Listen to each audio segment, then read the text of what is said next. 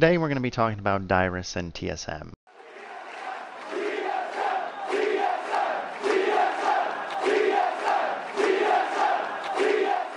And we're just going to be focusing on this split. We're not going to go from the back of the history when Dyrus first joined the team to looking at Dyrus now, blah, blah, blah, blah, blah.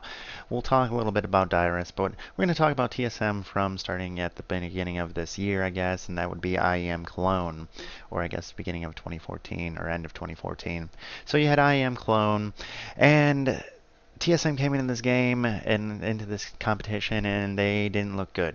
They looked really shitty, and this made TSM fans and a lot of people worry, and it rightfully so. I mean, their jungler looked sloppy, Santorin just didn't look prepared, the whole team didn't look prepared. It was just really not good, and they got stomped, and it was like, wow, TSM comes off of Worlds, they finally beat a Korean team, you know, they finally have a win in their record against a Korean team, and it's just like, wow, now what happened? You know, no roster swaps changed, so it's not like new people are on the team, it's not like they're readjusting, it just seems like they kind of went in there, weren't prepared for the patch, weren't prepared for the people they're facing, and ultimately got stomped. I mean, just looked completely like garbage. But now we get to the NA LCS, and you have these competing teams as always. You had CLG who did some roster swaps, and once again they do hot at the beginning of the season. They're a contender for first place, and that was most of the split. You know, you had CLG and TSM at the top. It was first place, second place, first place, second place, and then you had other competing teams that were always a threat. You just, even though they were not always competing for first place, they were always a threat. That would be Cloud9, even though they struggled at the beginning, and High was having his troubles as a mid laner, and all that jazz with Cloud9 was a big pain in the butt. You had Curse, you know, they brought in Piglet. Oh my god, another big name for Curse. What's going to happen? Are they going to finally beat and come over this hump of Curse of fourth place? Which they did, but they were a competition. And then you had also Team Impulse, which completely revamped and changed everybody besides their mid laner. And ultimately, you had these great teams that were competing, and it gave TSM a challenge. And there was times where TSM throughout the split looks like they were losing. They were down dragons. They were giving up these early objectives that we were going to eventually look at MSI. But it was fine because TSM mechanically played better. They had better players, and no matter what they did, they ultimately came back and pushed, and that was what happened in the CLG game. CLG was ahead like 4 dragons, and all of a sudden things started shifting in TSM's direction. They snowballed and kind of won the game off of that. But so they were looking good, and then they ultimately win NA LCS championships. But before we get there, we also have to look at Katowice. TSM goes there, and they are great. Another time, this is a weird kind of fluky competition. It was hard to judge what TSM did because you had GE Tigers get knocked out by the legendary Team World Elite somehow. I don't know how that happened. But they, Team World Elite, swapped a few players and all of a sudden beat GE Tigers, which was insane in itself. You're like, whoa, what's going on? How did that happen? Holy moly. But yes, the best out of 3, you had a fluke win. GE Tigers ultimately from that point on seems to be crumbling and not doing too hot because SKT's taking the lead now from what I can tell in the Korean series. Just playing dominant again. You had Faker and you're doing these things and ultimately becoming that top team again, which they were in, season 4? Season 3 even? But let's go back, turn back a little bit. And so TSM, look at, they beat World Elite. TSM beat YOE Flash Wolves. These remarkable teams. I mean, this was it. TSM's at its finest. They're probably in the best 5. People were talking about TSM's in the best 5, and I do agree with Thorin. He released a video a couple of months ago, and he was talking about TSM, and he said, I could put TSM in the top 5, but they're in the last 3, and the last 3 are not stable. He had GE Tigers and Edward Gaming at the time, your top 2. These were solid world contenders, just great people, great teams that were just good. And then he had SKT, some other Korean team, I'm pretty sure, and then he had TSM. And he's like, these are interchangeable though. They weren't sticking there in the top 5 internationally, right? To be the best of the best. And I still agree with it. It was good. I agree with his opinion. I agree with what he said, and I'll try and find the video and link that down below. But yeah, so we come off of Katowice, and it's looking great. TSM comes back. They win NA LCS championship in the LCS, and it's awesome. Oh my God! Now they get to go to MSI. I can't wait to see them compete. They're going against these great teams like Fnatic, which everybody was like, Fnatic's gonna get trashed on. They're gonna crash and burn. They're playing like China, very sloppy, very just out of the blue, ordinary kind of rush decisions. SKT, the famous Faker versus Bjergsen, which we'll talk about a little bit. HQ, which is always around. They were around in Worlds and they're back again. And then you have EDG, Deft, and just so many other great things about EDG. I personally like Def because he's great ADC. But EDG, which is a great team in China. So all these great things. So let's go. We're in MSI now. This is it. You have, first, I wanted to talk about the fans. So you have one team pretty much representing each area, no matter where it be in Turkey, if it be Korea, China, NA, EU, right? One way or another. This, or Taiwan, I guess. So this is a problem because you're gonna have everybody jump on the NA train, and I'll be honest with you, I'm more of an EU fan. I'm from NA, but I'm an EU fan. I'll be honest, but NA, I want to see NA win. I want to want to be represented well from NA, and TSM took that boat because they won the championships in the LCS, and here they are. They earned that spot. They were one of the best. They are the best, and it's great stuff. So here we are. You got these fans that are not really NA TSM fans. I mean, a majority of them are. You saw it in the votes, one way or another. If it would just be they're representing NA because they are an NA team, or if they are actually TSM fans, and I think that's part of the problem. And I think if you're not a true TSM fan, you're going to pick and nitpick and pick apart TSM for what it is, and I do that all the time. Now, I mentioned this on my stream, maybe not in a video as recently, but I mentioned this in a YouTube video now.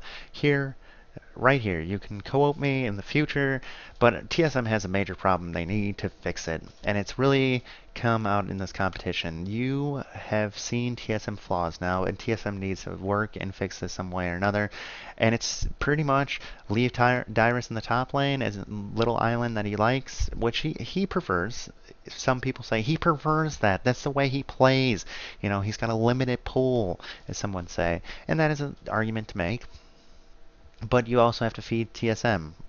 Team solo mid. You get the mid laner fed. That's it. That's what TSM's playstyle was. It's always like that. It's no big deal.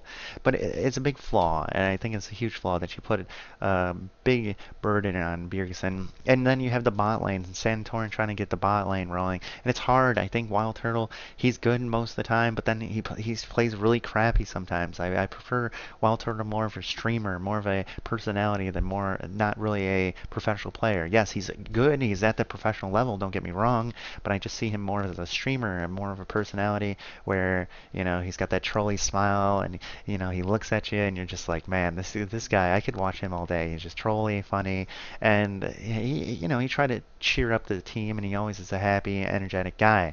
And, you have Les Boy more of a serious, I think, more ready to win, wants to win, and it's great atmosphere. But let's still get MSI. I wrote down some notes. I watched over all the VODs. They're all available on YouTube, so it's not a big deal. I rewatched them just so I didn't miss anything. I only wrote down a few notes, and we'll save the good game, the game that they won,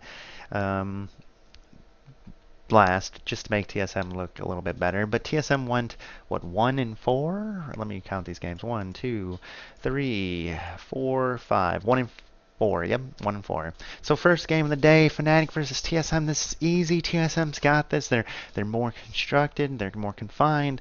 They just know what they're doing. Fnatic comes in here, like I said, they're this Chinese kind of like off-brand, crazy, got 20 things going on at once. Don't know what's really going on in the EU right now, and Fnatic just seems all over the place. What's gonna happen? Well, first things first. You banned out Dyrus. Dyrus was banned out. Plays a random champion top lane. I mean, it was just bad. You had no lane swap, which was also not in TSM's favor. It was kind of weird to see no lane swap because bot lane you had a Nautilus Urgot, which is amazing. It's like a double CC. It was just amazing, amazing bot lane. Even though you had the Kalista, you want a lane swap. You want to give that advantage. And Dyrus didn't get the lane swap.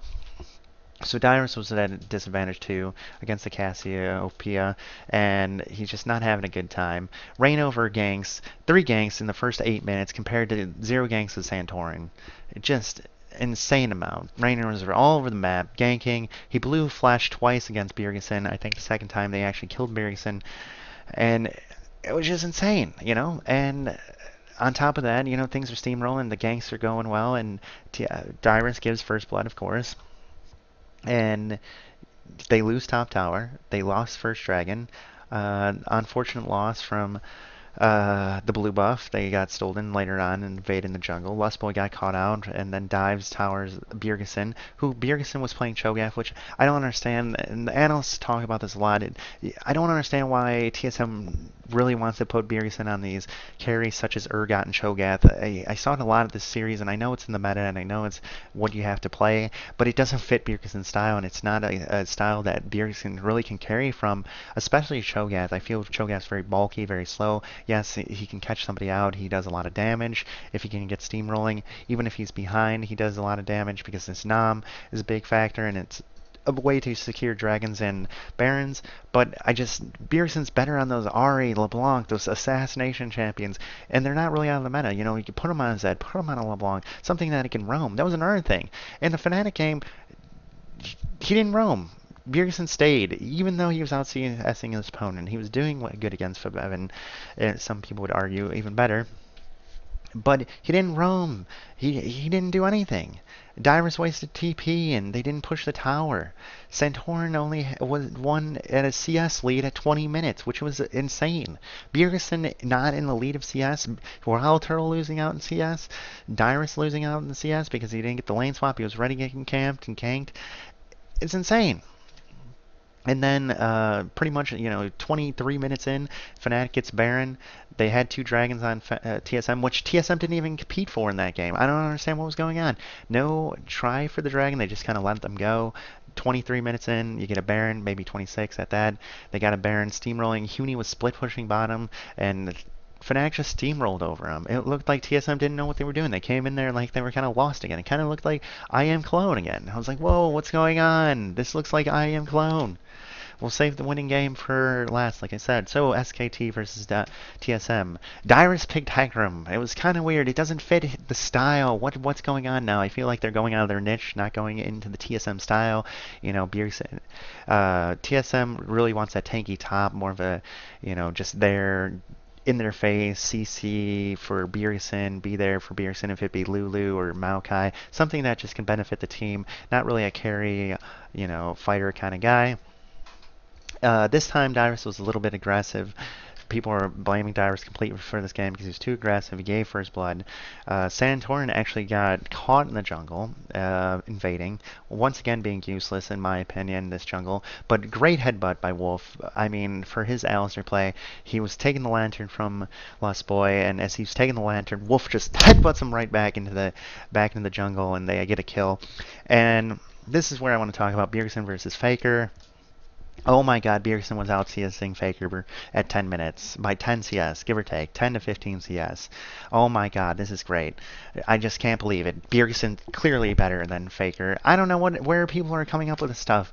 If you go rewatch the VOD, yes, Bjergsen is out farming Faker. Faker's on Cassiopeia, and Bjergsen's on Ziggs. I would hope he would be out farming Cassiopeia a little bit for obvious reasons. But on top of that, Faker roams. Bjergsen stays in his lane again. No roaming from the Ziggs.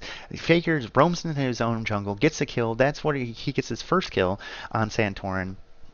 There's a good TP actually later on in the fight by Dyrus, but Dyrus gets a kill.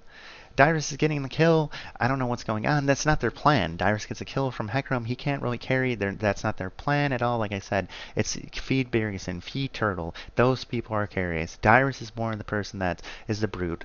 The one that just sits in there, CCs, brings some kind of utility to the team. Bang lives on a dive, and Faker gets another kill on Santorin, and it's a free dragon at that point. And then I think that's when the TP comes in from Dyrus, like I was talking about. Once again, we have two dragons, no towers before 19 minutes from TSM again. Both games, TSM had no towers before 20 minutes. They lost both dragons in both games. Two dragons, and they kept getting caught, and they were really sloppy. Lustboy was getting caught a lot, Santorin got caught in the jungle, and Faker just was ahead. I mean, people were like, Bjergsen was clearly holding his own. I mean, he didn't leave lane. He was CSing. He out-CS'd. Yes, you're 10 to 15 CS ahead of Faker. But Faker first, like I said, he roamed. He got that kill. That's why he was behind.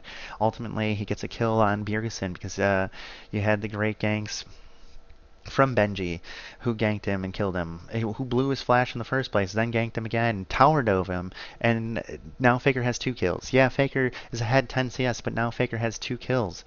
Bjergsen is ahead 10 CS, and Faker has 2 kills. I'm not too sure if I said that correctly the first time, so repeating. So, was he really ahead? I mean, yes, he was ahead in CS, and that's all you're judging it on. It's really hard to say. Like I said, Ziggs versus Cassiopeia. He didn't roam. I mean, Bjergsen was just sitting there, not roaming, not doing anything. I don't see how Faker was just getting outplayed or beaten by Bjergsen in any way, shape, or form. Eventually, SKT once again stomps. These VODs were very hard to watch, trust me, watch over at least, because they were very boring. It was really one-sided in my opinion in these games. But once again, they kept getting caught. They're sloppy. SKT, but keeping their composure, didn't really get cocky, which I'll talk about the Edward Gaming game after this. Well, HAQ and then the Edward Gaming. So we got HAQ versus TSM. HAQ got a hella early dragon, 4 minutes and 30 seconds. They like to play against these dragons. The analyst said that. I don't know too much about HQ, but once again, Dyrus gives first blood again, and it's not his fault. HQ took advantage of this. Every team took advantage of this. Besides the game that they won, they couldn't really kill Dyrus. They actually got Dyrus ahead in a 2v1 lane. He was just sitting there farming, CSing, and staying ahead, if not even ahead of the top. Their top laner, which was but we'll talk about that. Vlad, sorry. So once again, Dyrus gets first blood. Santorin not anywhere close by Dyrus. Everybody's like, Dyrus is bad. He keeps giving first blood. He keeps giving up all these kills.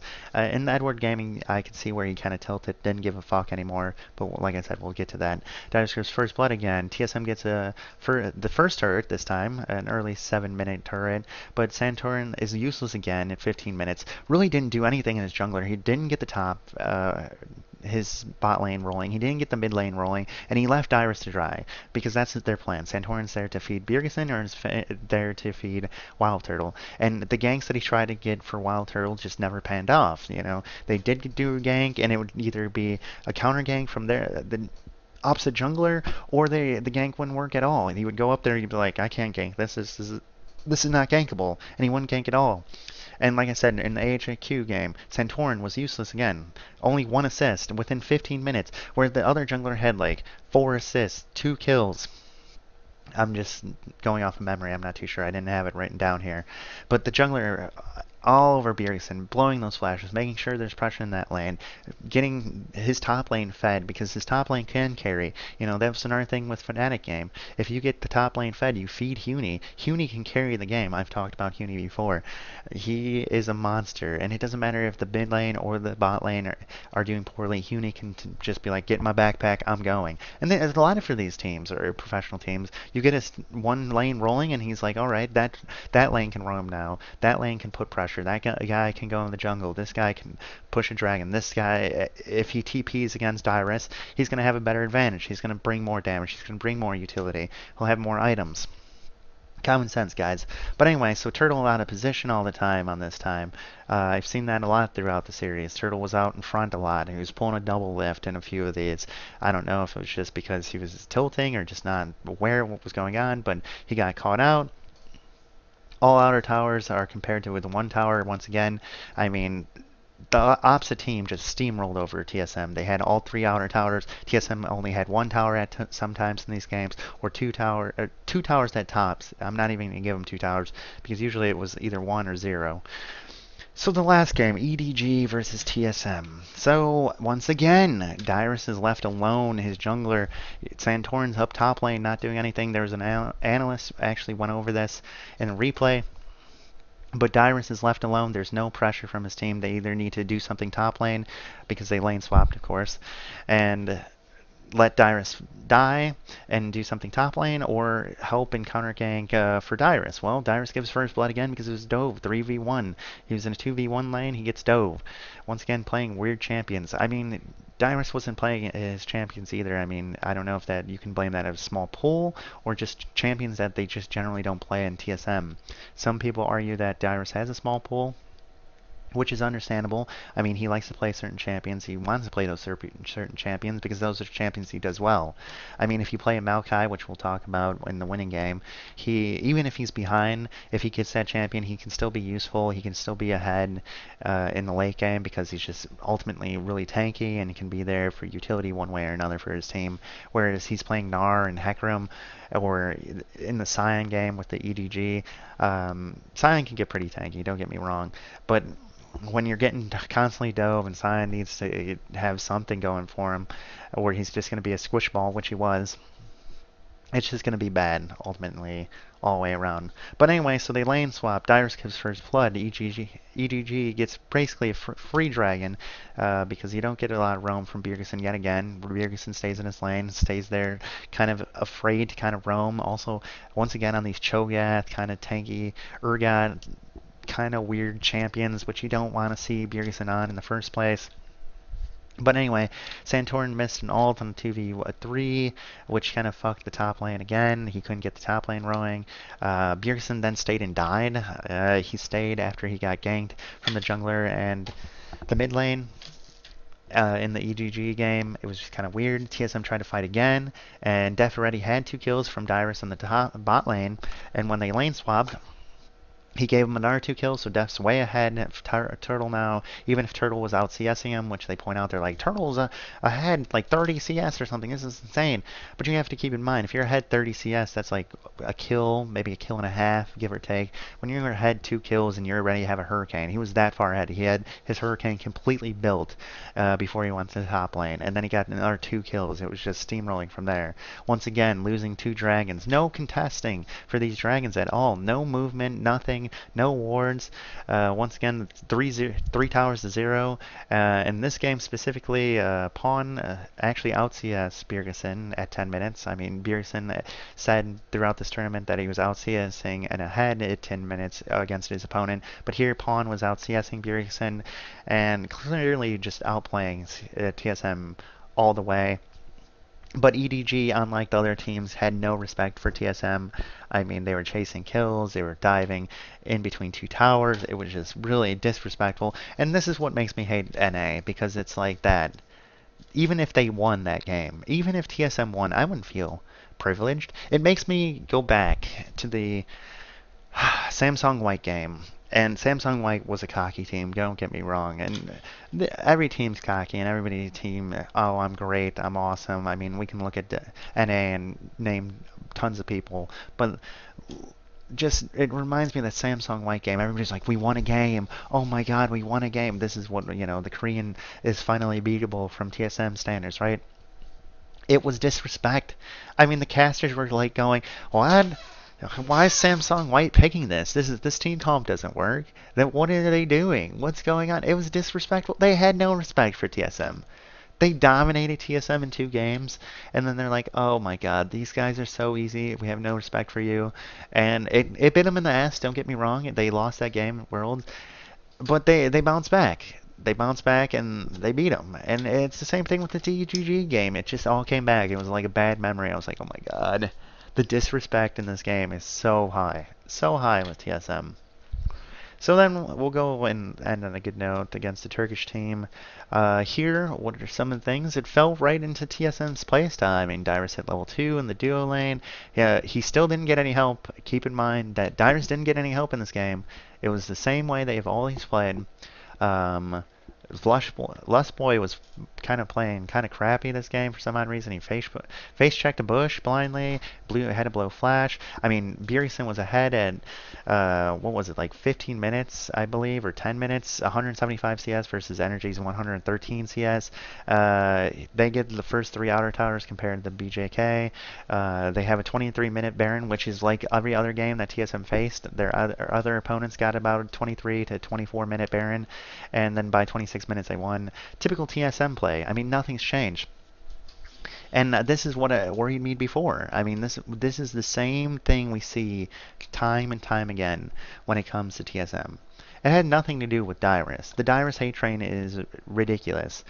Like I said, the arguments for Dyrus is he has a small pool. Well, one of the things is TSM's playstyle is around Bjergsen and the bot lane. That would be Wild Turtle and Lustboy. Is it really a small pool? Do they let Dyrus kind of pick those champions? I mean, yeah, they let him play here, and you can be like, well, he played these champions and he didn't do anything. He was supposed to carry if he was on these champions. Yeah, I give you that. But how often does he play that? He doesn't play that at all. It's out of the norm. It doesn't. You give Dyrus kills, and especially when he's not getting any help on these carry champions. You know, if he does get a kill, which he did, he got a kill once or twice on those carry champions. If it be Gnar, or Hecarim, or even Sion, he just reset his gold. It was free money for the opposite team. Santorin, once again, useless in this tournament. It looked like IEM clone again. He was walking around, not doing anything, either jungling really a lot. And if he did go for a gank, he was like, well, this is not gankable. The top lane, where I want to feed my bot lane, is not going well. No counter gank pressure for the Dyrus at all. He left on the island. It's just the way TSM plays, and I've mentioned this before in my stream, and it's like, this is how always TSM played. So what's different? Why is everybody freaking out? Everybody's like, bench Dyrus. Why? Dyrus is your best laner. And then the people that say bench Dyrus, they give you no person to give you. They give you no one to replace Dyrus. They don't. You're like, okay, who do you want to replace in the top lane? They're like, I don't know. I don't know. I'm like, how are you going to replace somebody if you don't know who you want to replace them with? But that's the TSM style, and I talked about this a while back. I feel like Dyrus is frustrated. He wants to play the game. He wants to be that great top laner, and he is that great top laner. People respect him. It's not multiple times in Worlds. There's interviews. You can go look. Multiple times people compliment and praise Dyrus for being this great, awesome top laner in NA, or being one of the best, if not the best, top laner in NA. I mean, he's always competing with Balls. Balls and him were head and head. If it wasn't for Dyrus, it was Balls. Dyrus, Balls. One way or another. But this was always TSM's playstyle. I mean, they really need to fix things.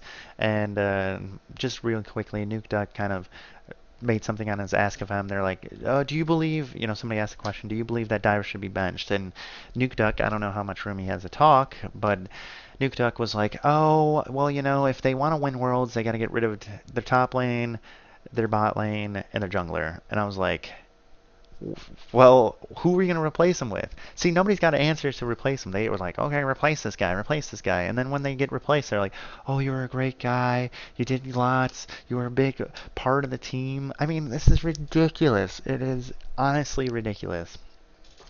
TSM just needs to come back, sit back down, and rework the way they do things, because they put pressure on the top laner, which is Dyrus. They feed off of Dyrus. If Dyrus does get a kill, it's just reset money. Santorin just ignores them. I mean, the cast just point this out constantly. It's just not going to work. This going into Worlds is not going to work at all. And like I said many times, when Bjergsen falls off, what are you going to do? Who are you going to bring in that will play at Bjergsen's level and carry? Because, Reggie was a good mid laner before Bjergsen took his spot. But Bjergsen and Reggie, Bjergsen, in my opinion, is way better. Well, not way better, but a lot more that brings to the team than Reggie did. I mean, Reggie was, you put him on tilt, he made rash decisions, his shot calling was poor at times, but what are you going to do? Who are you going to replace him with? But if you can ban out Dyrus, which, like you said, he's got a small pool, well, is it really a small pool, or is it really what TSM plays to? I mean, if you like the Lulu, you like the Maokai, you like that tanky kind of jungler, hey, it works out because in the late game, Dyrus can steamroll. It doesn't matter how far he's behind if he does get ganked, especially in NA. We've seen this multiple times with the Maokai. He gets ganked. He's behind, and all of a sudden he comes back and he's great. And everybody was praising him at this time, but now nobody's praising him for this because he couldn't do it in an international tournament. It was just too much.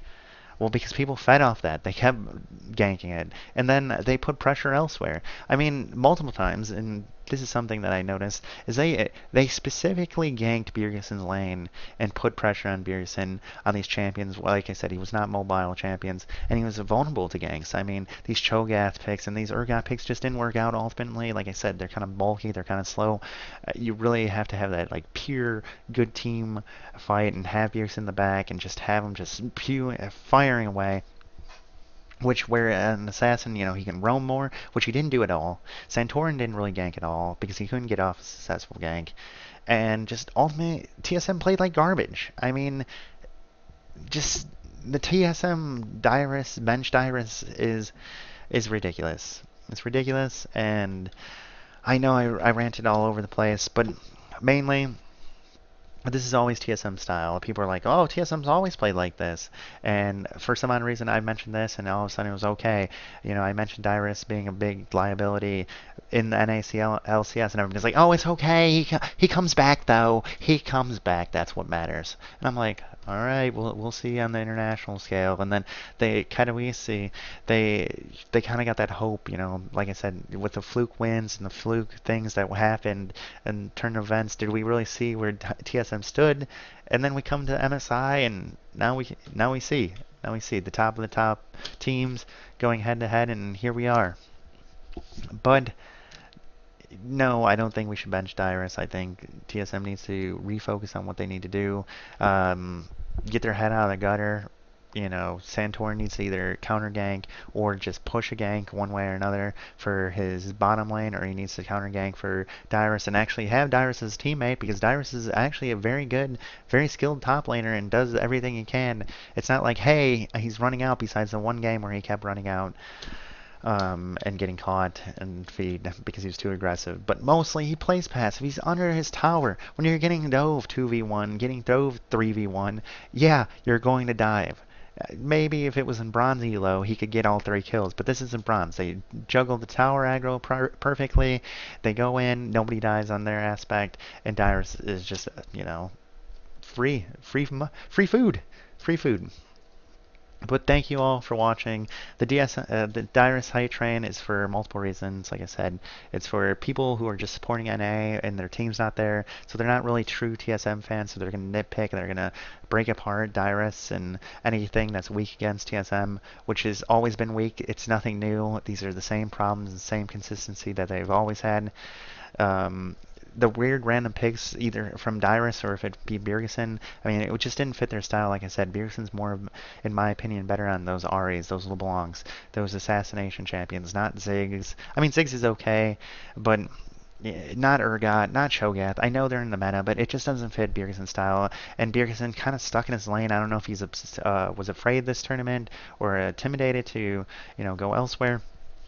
But he didn't roam. He stayed in his lane, and that's probably why he out-CS's most of his opponents in the first place. The bot lane, like I said, they didn't lane swap at times when they were supposed to lane swap the first game with Fnatic. When they did lane swap, they were keeping ahead. CS-wise, Turtle was out-CSing Deft at one point, once again, like 20 CS or 30 CS, but Deft had 2 kills on Dyrus. Once again, I mean, hand in hand, Faker was getting out CS 10 to 15 CS by Bjergsen, but Faker roamed and got a kill with his Santorin. Then all of a sudden, his jungler ganks the mid lane and dove Bjergsen and got another kill. So now Faker's got 2 kills for 10 CS, and then he actually out-CS's Bjergsen in the long run. So ultimately, TSM has a lot of flaws they have to fix. They have to fix a lot of things. I don't think a roster swap is really going to do anything here. Benching him because you have the main reason is you have nobody to replace these people with any better people or any better options. I mean, if you have better options, name them down below. I can check them out. But thank you all. If you enjoyed this, make sure you subscribe, share this video, all that jazz. get off of Dyrus's back. He's a good top laner. Still, in my opinion, would be the top two, probably the best top laner. The way he's played this split, I mean, this how TSM treats the top lane. I mean, Dyrus has really shown a lot of what he can do. He can come back after getting dough, being down 3 kills in NA LCS, come back, be useful on these champions, and hey, he's still useful. But that is it.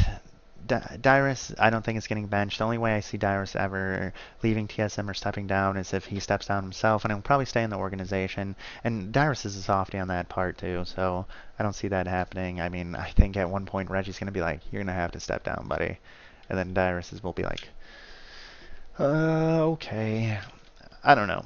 But on that note, guys, get off Dyrus's back. TSM. It's poor performance at MSI, and this was not to pick on TSM. This is moving forward. They really got to fix things. I mean, yeah, their style works in NA, and it might work this split, and it might work for another 3 splits. We'll see. There's changes, roster changes already from major teams such as Cloud9 with Incarnation coming in, and all these other fantastic roster swaps or this or that and the next thing. So thank you all for watching. If you like it, make sure you like, favorite, subscribe, and I'll see you next week. Bye, guys.